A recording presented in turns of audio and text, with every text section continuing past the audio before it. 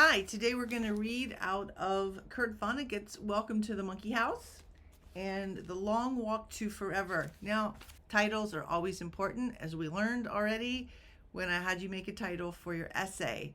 So titles of short stories, movies, titles are something that the writer, the producer, the publisher thinks about a lot. And Long Walk to Forever actually is very symbolic. It's a very symbolic title, as you see when we get to the end. I'd like for you to follow along on the copy that I gave you. They had grown up next door to each other, on the fringe of a city, near fields and woods and orchards, within sight of a lovely bell tower that belonged to a school for the blind. That's the very first sentence. Pretty long sentence, right? We have a they, so question would be, who's the they? Next door. Okay, something's up there, right? But they said on the fringe of a city near fields. Fields sounds very nice, doesn't it? Very idyllic, very kind of homey. And woods. Okay, so they're in the suburb maybe, or the country. And orchards. Ooh, orchards. That orchard is going to come up again. And orchards are significant, as we're going to find out.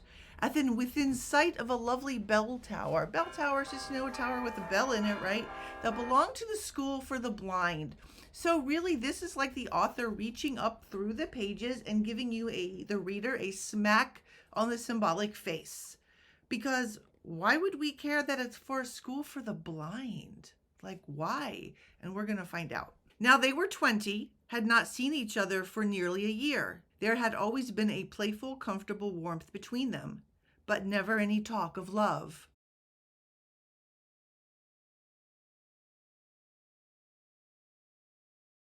Okay, so it sounds like they were good friends for a long, long, long time. His name was Newt. Newt. Now that's short for something, and I can't remember what it's short for, but Newt. Newt. Newts are those like little little things that swim. They're not particularly impressive, are they? A newt? Does a newt sound impressive? Like, ooh, Newt. Her name was Katherine. Okay, so you have the name Newt, which gives you this sense of this little squirmy thing slithering through the water, right? Or crawling through the water, half-formed Newt, right? And then Katherine, which, Katherine is a name of queens. It's a very royal name. It's an old, good name. Newt and Katherine, they don't sound like they're a match, do they? In the early afternoon, Newt knocked on Katherine's front door. Katherine came to the door. She was carrying a fat, glossy magazine she had been reading. The magazine was devoted entirely to brides. Now, ladies, if you've ever had anybody in your family get married, you know those magazines are about like 3 inches thick. Newt, she said. She was surprised to see him. Could you come for a walk, he said. He was a shy person, even with Katherine. He covered his shyness by speaking absently, as though what really concerned him were far away, as though he were a secret agent, pausing briefly on a mission between beautiful, distant, and sinister points. Okay, so he really wants you to find or feel the tone here of how he speaks. And it speaks absently, not as though he's not paying attention, but as though he is a secret agent. Now, Newt, not a sexy name, but a secret agent? Secret agents are sexy. Pausing briefly on a mission. Okay, so we know now that actually Newt is on a mission. The author told us so. And it's between beautiful, distant, and sinister points. Why sinister? Beautiful we get. Distant we're not, because it would refer to Katherine. Distant we're not quite sure of. Sinister? What could be sinister? This manner of speaking had always been Newt's style, even in matters that concerned him desperately. Okay, so Newt needs to talk to Katherine desperately about something. And ladies, you can probably guess what it is. A walk, said Katherine. 1 foot in front of the other, said Newt. Through leaves, over bridges. I had no idea you were in town, she said. Now, when he says through leaves, over bridges, it's not just giving extra words. It's really the amount of distance, the metaphorical or symbolic distance he has to go in this conversation that he's going to have during the walk. I had no idea you were in town, she said. Just this minute got in, he said. Still in the army, I see, she said. 7 more months to go, he said.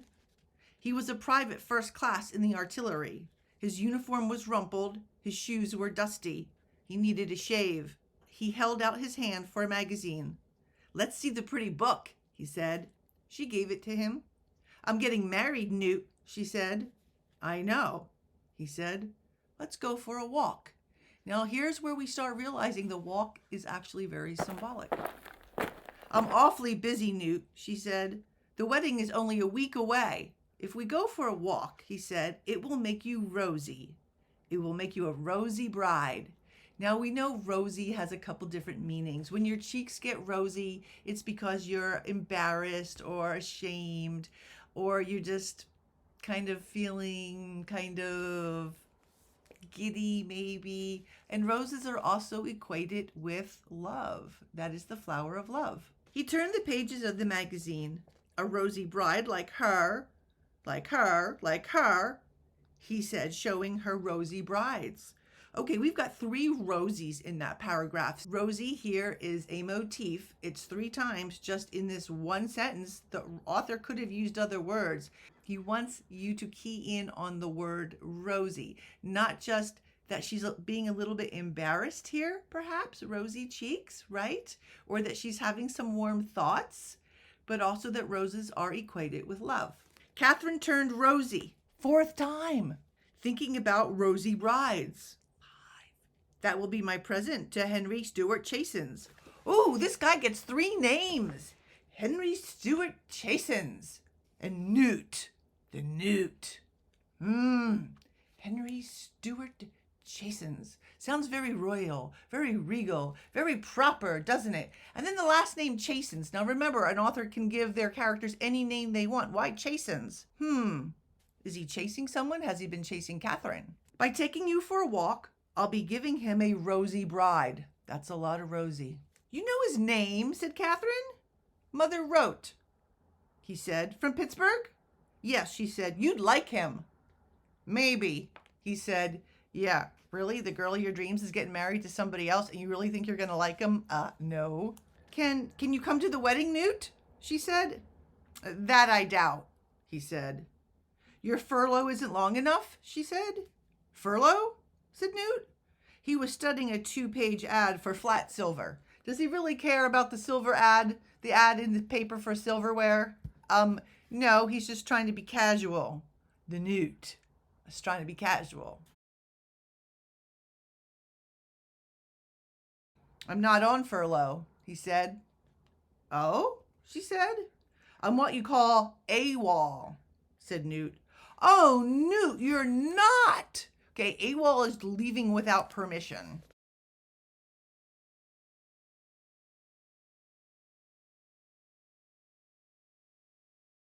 Sure I am, he said, still looking at the magazine. See how casual the Newt is? He's just casual. He's cool as a cucumber. Is he putting any pressure on Katherine? None at all. Why, Newt? I don't know. I think Katherine should know at this point, don't you think? I had to find out what your silver pattern is, he said. I like Newt. I like Newt right here. He read names of the silver and patterns from the magazine. Albemarle, Heather, he said. Legend, Rambler Rose. He looked up. Rambler Rose. There's Rose again. Who's a Rambler? He smiled. I plan to give you and your husband a spoon, he said. Now here he's just being a little funny because I don't know if you've ever bought silver. It's about $400 for one placing of silver. And since he's in the army, he could probably only afford a spoon. Newt, tell me really, she said. I want to go for a walk, he said. Does he really want to go to a walk? No, the walk is just the way he needs to try to convince her of something. She wrung her hands in sisterly anguish.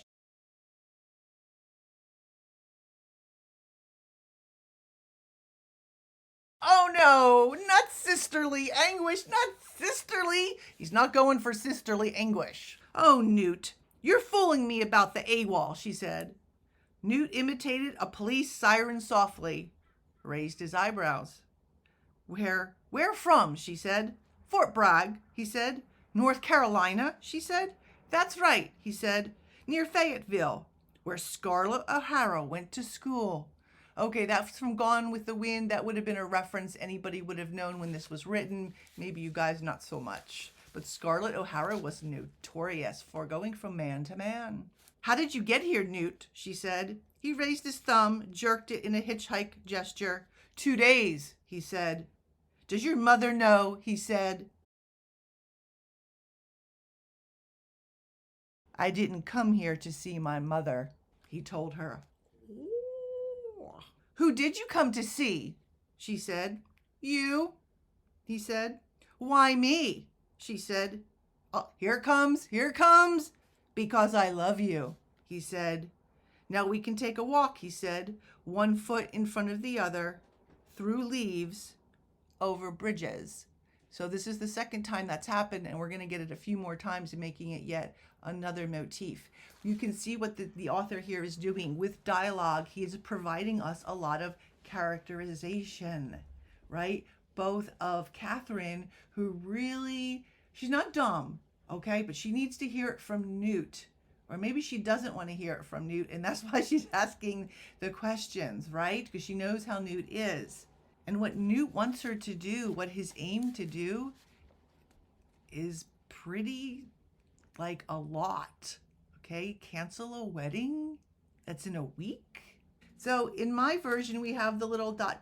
here. It's not an ellipses because it's not coming after a line, but it's just showing you a time, like there's time passage. Okay, sometimes what books will do is they won't have the dot, they'll just have a bigger space here between the paragraphs. That just means that the scene has changed. Either there's a time jump, that time jump could be 5 minutes, 10 minutes, a week, a day, 6 hours, or it could be a different place. Here we have both a time jump and a different place. Not a giant different place, just that they started walking. They were taking the walk now. We're in the woods with a brown leaf floor. Everybody understands the woods as a symbolic place of confusion. The woods, the forest. You go into the woods, that's where people get lost. It's a place of mental confusion, spiritual confusion, emotional confusion. That is how writers often portray woods. It is a setting, and we've talked about setting that makes you know that there's some deep stuff going on. Katherine was angry and rattled, close to tears. Newt, she said, this is absolutely crazy. How so? Said Newt. What a crazy time to tell me you love me, she said. You've never talked that way before. She stopped walking. Okay, so that's why I did this. Okay, what you're going to see here, and I'm just going to give you a little clue here, the walking is significant. It's taking movement forward, not just through the woods, but in her thought process. So the walking becomes a metaphor for her wheels starting to spin and starting to think of the possibilities of going with Newt and breaking off with Henry Stuart Chesons. She stopped walking. Let's keep walking, he said. No, she said. So far, no farther. I shouldn't have come out with you at all, she said. Okay, this isn't looking good. You did, he said. To get you out of the house, she said. If somebody walked in and heard you talking to me that way a week before the wedding, what would they think? He said. They think you were crazy, she said. Why? He said. Katherine took a deep breath, made a speech. It's a very, very short speech. Let me say that I am deeply honored by this crazy thing you've done, she said. I can't believe you're really Awol, but maybe you are. I can't believe you really love me, but maybe you do, but... I do, said Newt. Oh, gee, where do we know that line from? I do. Oh, that's right, wedding vows. Essentially, he could have said anything. He said, I do. Well, I'm deeply honored, said Katherine, and I'm very fond of you as a friend. Oh, he doesn't want to hear that. Newt, extremely fond, but it's just too late. She took a step away from him. Oh, no, they were walking forward. Now she's stepping back. And you know, even in body language, when you step back from somebody, you are moving away from them emotionally, spiritually, in all ways. You don't want to be a part of them. You've never even kissed me. I wonder why she says that. Could she be looking for a kiss? And she protected herself with her hands. So basically she's saying, you've never even kissed me. That sounds like a challenge to most guys. I don't mean you should do it now. I just mean this is also unexpected. I haven't got the remotest idea of how to respond. Just walk some more, he said. Have a nice time. I love Newt. No pressure. Zero pressure. And at this point, that's what Katherine needs. So Newt, even though he has the weird name, Newt has game. They started walking again. How do you expect me to react? She said. How would I know what to expect? He said. I've never done anything like this before. I like this because once again, it shows characterization. He's not having expectations of her. And any woman knows that if a guy has expectations of you, their own expectations, we're like, you don't know me. This guy knew women. Did you think I would throw myself into your arms? She said. Maybe, he said. I'm sorry to disappoint you, she said. I'm not disappointed. I wasn't counting on it. This is very nice. Just walking. Man, Newt has game. He's all accepting of her. And we know, ladies, we like that. Guy accepts us who we are. Katherine stopped again. Ooh, there she is stopping again. You know what happens next? She said. Nope, he said. We shake hands, she said. We shake hands and part friends. That's what happens next. Newt nodded. All right, he said. Remember me from time to time. Remember how much I loved you. Ooh.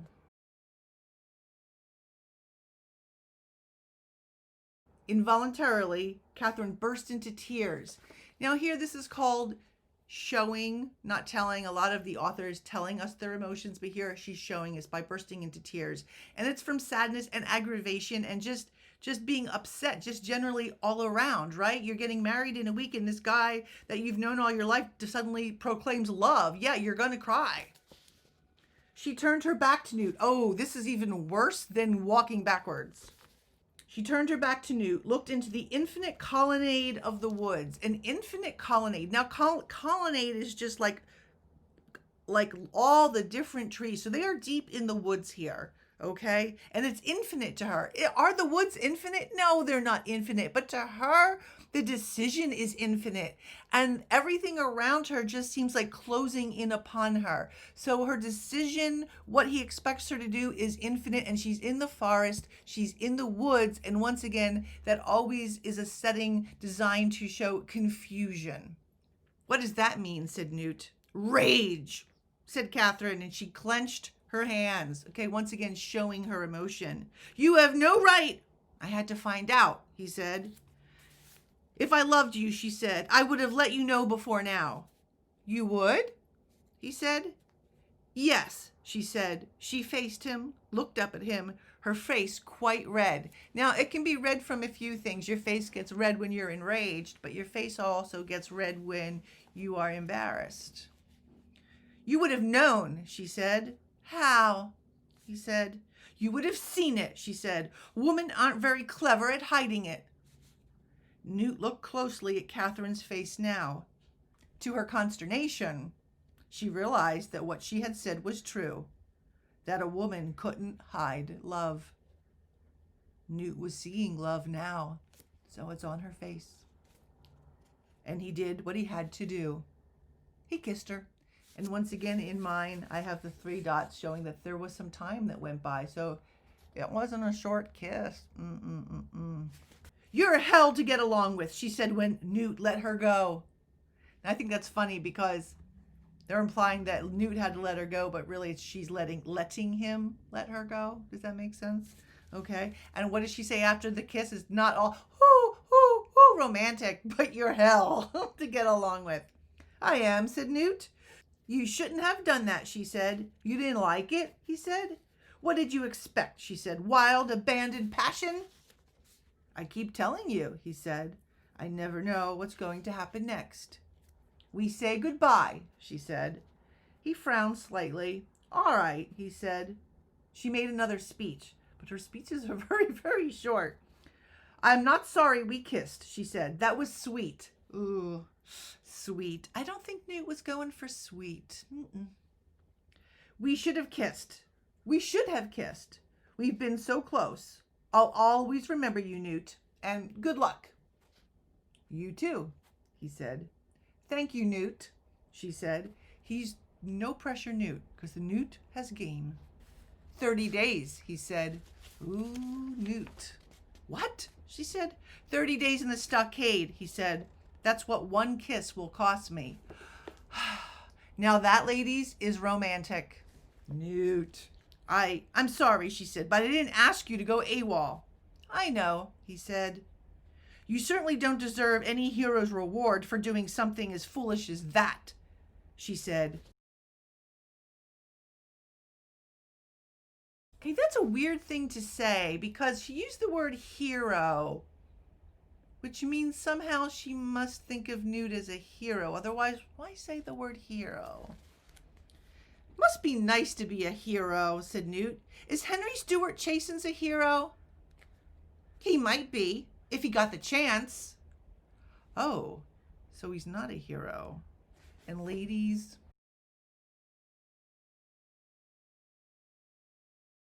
your man should be your personal hero. They should be on Team You.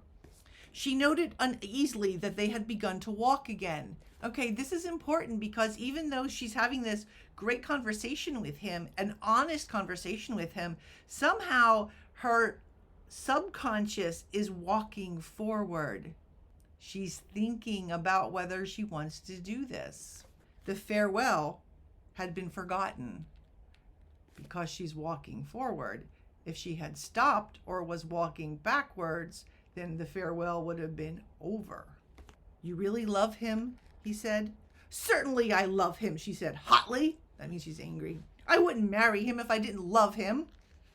What's good about him? Said Newt. Honestly, she cried, stopping again. Oop, there she is, stopping again. Now here's the thing, and I've asked this, if you ever know somebody, maybe you know people, and you ask the woman, why do you love him? And they can't give you an answer, be careful of that. You can't rattle off a bunch of things that you love about your person that is important to you. Why are you with them? Do you have any idea how offensive you're being? Actually, I don't think that's an offensive statement at all. You should be able to rattle off quite a few things. It'd be more offensive if you can't name the things that you love about them. Many, many, many things are good about Henry. Yeah, but she didn't name any. Yes, she said, and many, many, many things are probably bad too. Ooh.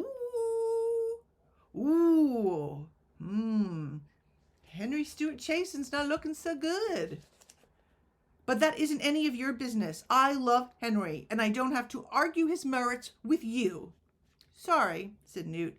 Honestly, said Katherine, and Newt kissed her again. He kissed her again because she wanted him to.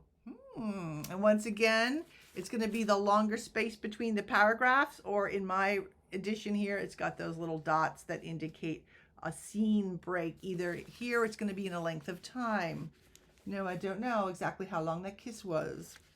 They were now in a large orchard. Now, I mentioned the orchard at the beginning, and an orchard is different than a forest. A forest, once again, is the setting is kind of unclear, and there's confusion, and people are doing things probably that they shouldn't be doing. But an orchard has fruit trees. It is a good place. It is a place of fertility, no, they're not going to be having sex here. It is a place where there's fruit, and fruit is always connected with fertility and you're getting food, you're getting nourishment, right? So an orchard is a good thing. How did we get so far from home, Newt? Said Katherine. Okay, here's the thing. She's not talking about just physical distance that they are in this orchard, maybe a mile away from their house or 2 miles away from their house. They're talking about the emotional distance and the distance that she's come from, marrying Henry Stuart Chasins to canceling the wedding. One foot in front of the other, through leaves, over bridges, said Newt. Now, once again, this is the one foot in front of the other here really has to do with all of the things that they had to go through to get where they were in terms of her thinking about leaving Henry Stuart Chasins. And the leaves over bridges, once again, metaphors for all the hurdles that they have. And And the bridge that they have now between them, or that they had to walk over, they were far apart before, and now they have bridged that gap between just being friends and taking it to a new level. They add up the steps, she said. Oh, finally, she's in some agreement here. Bells rang in the tower of the school for the blind nearby. Okay, now remember we talked about that school for the blind in the beginning? It was in the very first sentence, and you're thinking, why would this author put this random school for the blind? It could have been a school for could have been a school about anything. It didn't even have to be a school. It could be any building. He chose a school for the blind. Why? Who has been blind the whole time to their love for each other? That's right, Newt and Katherine. And here are the bells ringing. And when is another time that bells ring? Oh, that's right, church bell rings for weddings. So now you can see why he's stuck in that school for the blind. These blind to love two people have been schooled. Okay, and now the bells are ringing, so we can anticipate a good ending. Or can we? School for the blind, said Newt. Why does the author put this in? Because obviously Katherine would know that. School for the blind, said Katherine. They're acknowledging their own blindness toward their love for each other. She shook her head in drowsy wonder. Drowsy is tired, but maybe here she's just thinking like, why didn't we do this before? Why did we let this go? Why did we never say anything to each other? I've got to go back now, she said. Oh, not looking good. Say goodbye, said Newt. He said say goodbye. He wants her to say goodbye. Every time I do, said Katherine, I seem to get kissed. Newt sat down on the close-cropped grass under an apple tree. Apple tree in an orchard. How wholesome can you get, an apple tree? But also, that is also the symbolic tree of sin. Are they going to sin under the apple tree? No. Although it would be kind of bad thing to have to break up a wedding the week before because you realized you actually have always loved your next door neighbor.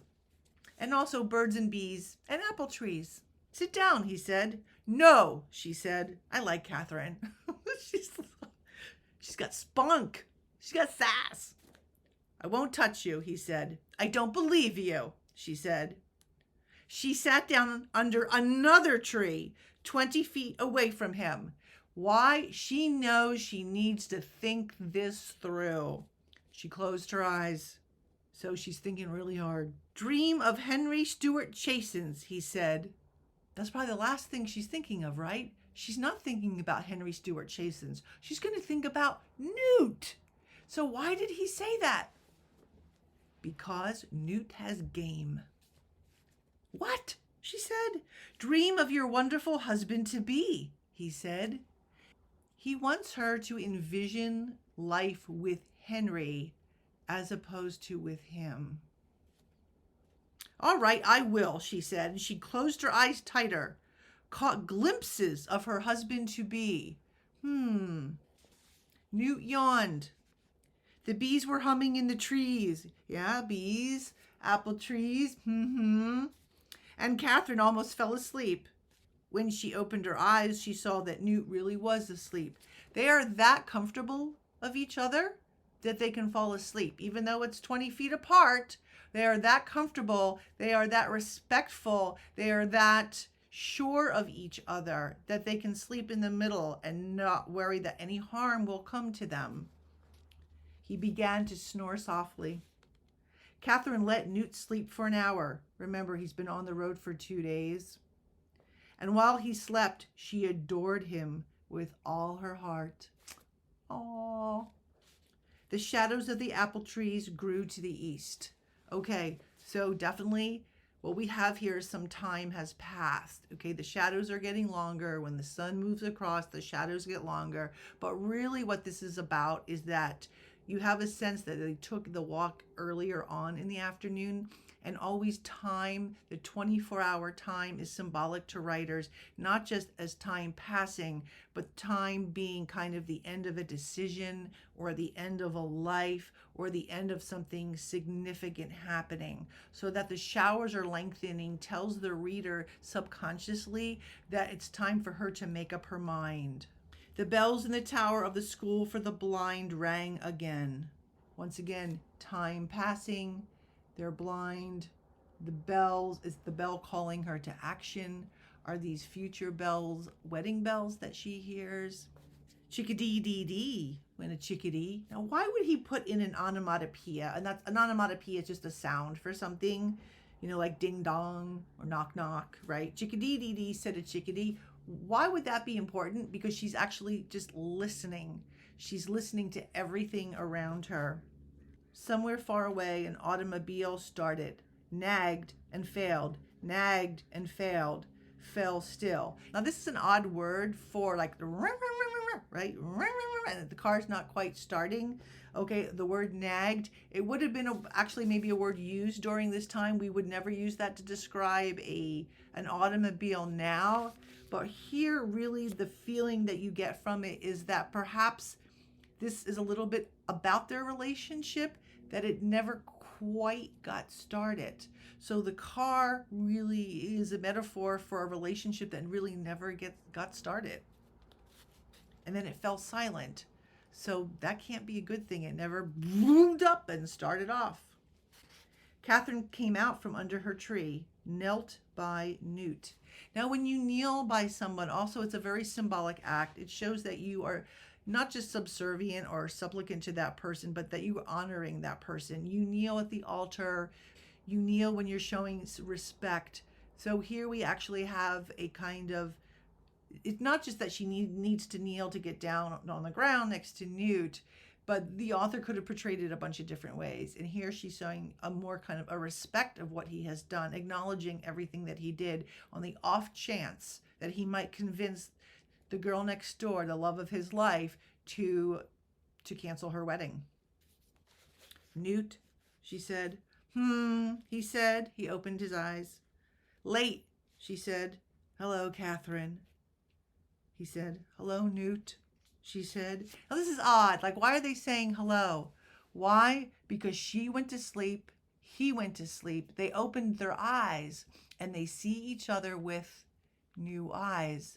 So that's why they say hello to each other, because now they are looking at each other. They know each other, not just as friends and longtime friends, but as what? I love you, he said. I know, she said. I love this. Ladies, best response ever when a guy tells you I love you is to say I know. Too late, he said. Too late, she said. He stood, stretched groaningly. A very nice walk, he said. Now, Newt doesn't get angry. He doesn't get, pissed off. He doesn't get all hurt. Okay, he takes it like a man. He knows he came late. He did what he had to do. I love Newt. I thought so, she said. He stood, stretched groaningly. A very nice walk, he said. I thought so, she said. Part company here, he said. Where will you go? She said. Hitch into town, turn myself in, he said. Good luck, she said. You too, he said. Marry me, Katherine? Okay, now he doesn't just profess love. He says, will you marry me?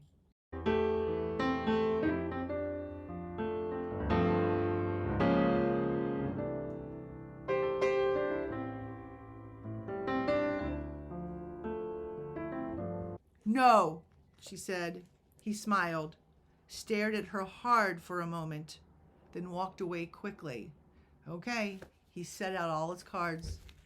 Katherine watched him grow smaller in the long perspectives of shadows and trees, knew that if he stopped and turned now, if he called to her, she would run to him.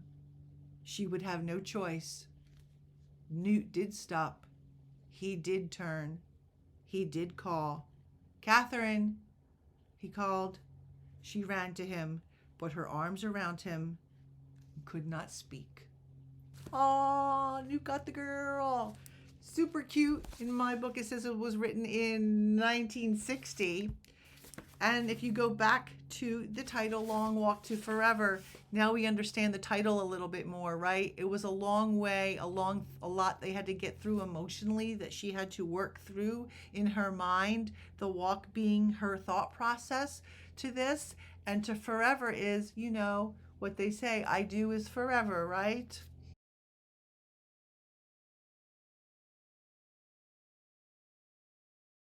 So it's their forever together. So that is an example of a short story. And now we're going to just look at the novel generally, just like a general overview of what was going on. Okay, so we have two characters, and they are revealed through through characterization. Remember, characterization is done 5 different ways: dialogue, action, name, thoughts, and appearance. But not all the time. Here's the short story. We get mostly dialogue. So who they are, the kind of people they are, is revealed through dialogue. Also, the actions that they take. Now, this is not a big actiony scene, right? But it's the kissing, it's the walking forward, it's the pausing. We also get it from their name. Their name. Newt doesn't sound very impressive, but he kind of slides his way, he wiggles his way into her heart. And Katherine sounds much like a much more regal name. They don't call her Kathy or Kat, they call her Katherine. We also have 2 different kinds of conflict here. Now, it's a short story, so you're not going to get that much more conflict. We're going to read another story where there's a lot more conflict, but here there's really only 2 kinds of conflict. That is the conflict between Katherine and Newt, and the conflict between Katherine and herself, because she's the one ultimately who has to decide. So she's fighting herself here. And the author doesn't need to tell you, like, she's probably thinking, I've got to cancel the wedding. That's going to cost money. People aren't going to understand. My parents are going to be angry. But ultimately, if you're going to marry somebody and you hope it's for the rest of your life, right? Then you want to make the best decision. Also, we see the emotions here, and I discussed that it's always about character, conflict, and emotion. Emotion with Newt is hope. He hopes Katherine will change his mind, okay? He hopes to make a big enough impression that she changes her mind. Other is anger, annoyance. We see this with Katherine, okay? And we also see the emotion of love. We see this several times throughout. There's a few symbols as well. There's the school for the blind, which I already noted about. There's the I do, which I discussed as well. The I do being symbolic for, yes, I will take you forever, for better, for worse. There's also the walk itself, okay? The walk being symbolic of Katherine mostly, of Katherine's processes to wrap her brain around this. And actually Newt really is determined, his perseverance, and it's revealed in his character that he's just going to do what he can do, let it play out, and he doesn't berate himself. He's not going to berate Katherine. He's not accusatory. He's not set. I mean, he's just solid. Newt is a solid dude. Okay, and so we get this. We totally see this in him. And we know Katherine from her characterization. She's not flaky or flighty, or she just seems like a strong, solid woman. So these are just 2 regular people, and they've got a decision to make, right? She's not overly romantic or overly dramatic. Okay, this is not like a Spanish novela. Okay, Newt, Katherine. Okay, you've seen all of those. Okay, so it's much more in keeping with probably like a middle America kind of sentiment, a thinking, a middle America kind of, middle class, reasoned thinking. I went off a little bit, but then we'll come back to symbols. The orchard itself is also symbolic, as are the bridges and the leaves and all of the things that have to be cleared aside, both in their brain and in their thoughts, to move forward with their relationship. Okay, one thing I did forget was in character. Now, appearance can be important in portraying character, but here we have no idea, none at all, what Newt and Katherine look like. It doesn't matter. We have an image in our head what they look like, and essentially it doesn't matter. What matters are their feelings and the decision that Katherine has to make. This is also a typical romance because it follows the romance pattern of two people getting together, going through lots of conflict, and then having that HEA, that happily ever after. And we can see this does have a happily ever after, making it a romance. And that would be its genre. What is its theme? Now that's what you're going to have to tell me. And that's it. Hope you enjoyed. Bye-bye.